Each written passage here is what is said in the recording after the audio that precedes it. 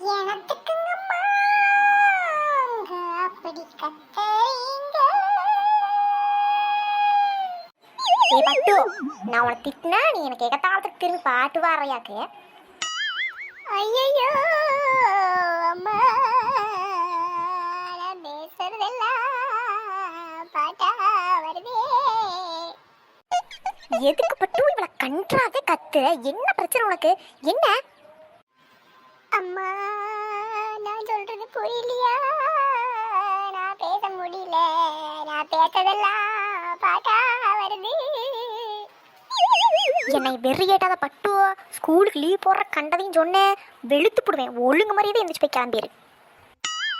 என்னடா இது எனக்கு வந்த சோதனை, நான் சொல்றத எங்க அம்மா நம்ப மாட்டேங்கிறாங்களே.